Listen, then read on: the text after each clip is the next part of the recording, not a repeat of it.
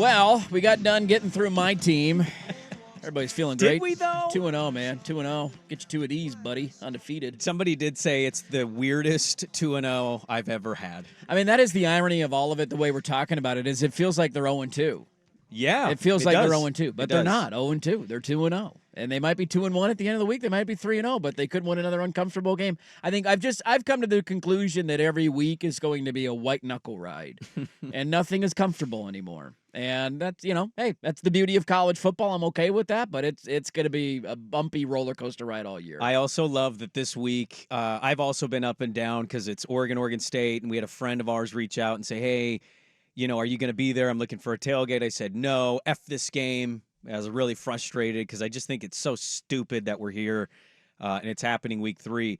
I love that Oregon's weird start and then Oregon State is 2-0.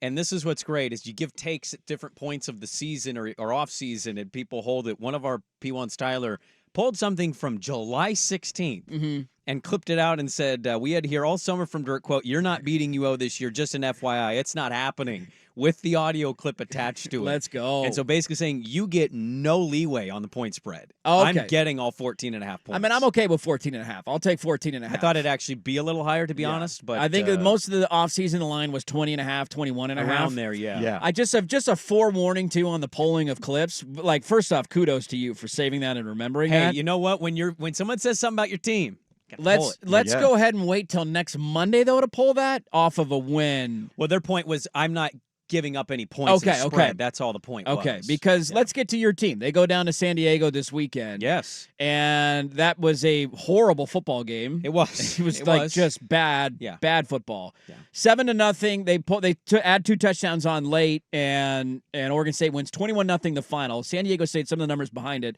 they had a total of 7 first downs. They were 2 of 12 on third down. They had 179 total yards of offense. Had the only turnover of the game. They were outpossessed with the football. Oregon State about 41 to 19 minutes was the difference there. 8 penalties for 80 yards, and it was horrible to watch.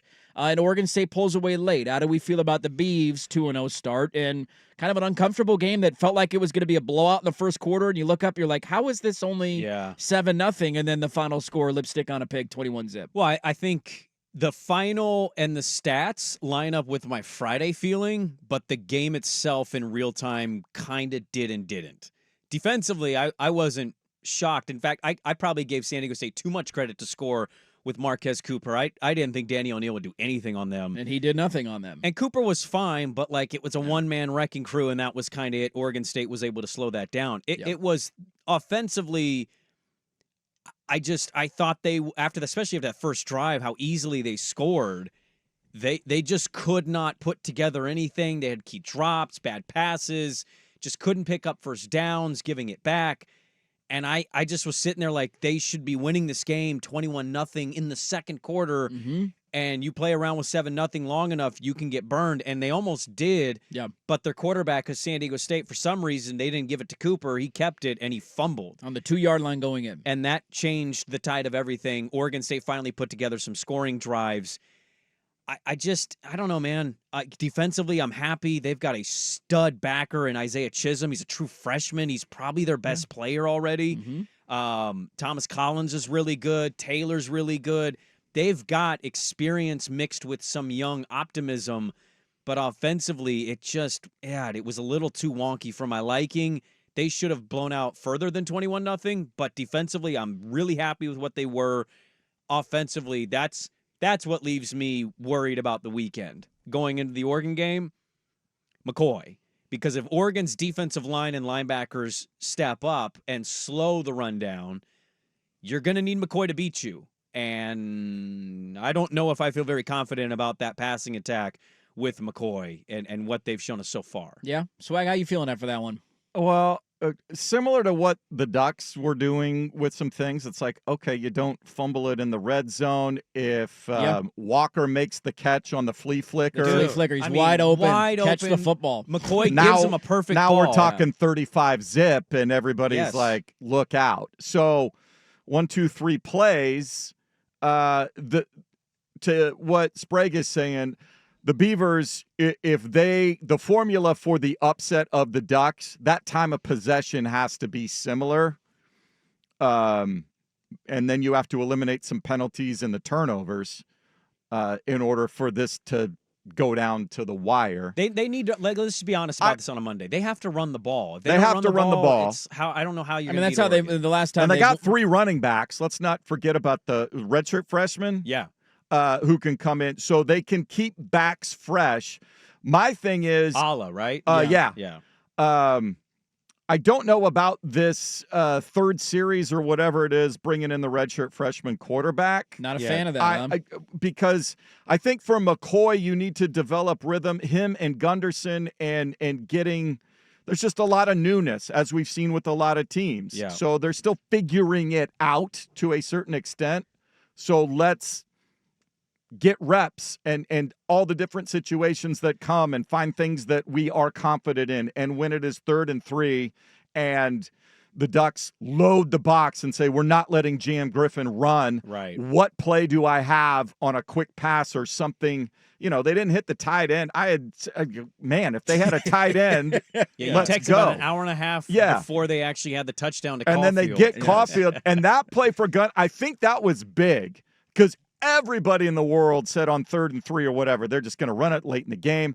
And the fact that Gunderson called that play at that time, they had the game in hand, but that was the knockout punch. I think we saw a little bit of the personality of Gunderson, and I would like to see a little bit more of that in the Ducks game where situations allow. I like what I've seen just from a play. Like Idaho State, he didn't need to open it up as much. I liked what I saw against San Diego State. It's just the execution of things. And, it is little things that are important to know. A dropped flea flicker that's an obvious touchdown if Walker catches the football. Because Walker got everything else. That was what they was went puzzling. right back to him right after that. He had a big game for him. Yeah, he was their best target. They also had Everett Hayes miss a field goal that seemed like, oh, okay, they'll be up 10-0 at the half. And missed a field goal. The only thing that made me feel good about that was watching Sappington miss an extra point. And I'm like, yes, all right. That guy's a plant. I am now. If he's a plant, who sent him there? I want to know. You know who's? I need a CIA Where's the Department of Justice on this? I need an investigation. I think Merrick Garland's got some things he's dealing with. No, not more important than this. He's busy right now. Not more important than this. But you know who else is a plant down in Eugene, helping the assistant offensive line coach? Exactly. Mike Kavanaugh. You guys got plants in our locker room. Get him the hell out of there, man. You got moles. Get your moles out of my locker room, damn it. No, I think it's exactly right to say I didn't question them winning it because what they were doing defensively. You just never had any hope that San Diego State was going to be able to mount more than one. They had the one drive, and outside of that, they did nothing offensively. No, but 7-0 is 7-0. One bad bounce, and you're screwed. That was my point last week with Idaho. We almost lost. Snap a punt. Yeah. Over the kick, bad bounce, bad fumble, a deflected ball up in the air. Nonsense thing, and now you're, Wait, how is this game tied? How did that happen? Yeah, exactly. I think it's really encouraging because I had questions, and it's only San Diego State and Idaho State, so I'm not trying to get ahead of myself here, but I did have questions. It's not that I didn't trust Keith Hayward or Trent Bray, but Bray going from the defense to the full coach job, kind of the scope of things changes for you. And so far, he's probably feeling good about how things have gone. I did have questions defensively, and so far, now this week it'll be a much tougher task. They've passed the sniff test, and when I look at the schedule, UNLV had a really blowout victory this week, and maybe they're going to be pretty good. UNLV looks good. They do. Man. They look good. Yeah. But I look at their schedule past Oregon, and I'm even throwing Purdue in this. I'm like, why can't they be 9-3, 10-2 this year? Right? They defensively, they've got the makings of things. Now, again, this weekend will be different on a much grander scale than San Diego State and what they'll be and what Idaho State is, for sure. It's just the offense, McCoy, development. I'm okay with Johnson having a possession. I hear what you're saying. Not so early in the game. But I think that's part of what we saw last year, and maybe Bray kind of liked that part of doing the Aiden Childs thing randomly in lieu of DJ, and they're trying to develop. But just building more rapport and chemistry, maybe getting McCoy's confidence up because the run game's fine. It's the passing attack. And right now, this weekend was a little better than last. It still feels very lacking. He seems like he's just uncomfortable when he's throwing the football. That's the way I would describe it. Just his motion. He just seems like it's kind of forced, and doesn't mean he throws a terrible ball. I think he's an athlite who ran a lot in high school and a lot at Idaho, and then he threw okay at Idaho, but I think there's a little bit to that. How you feeling, Beaver fan?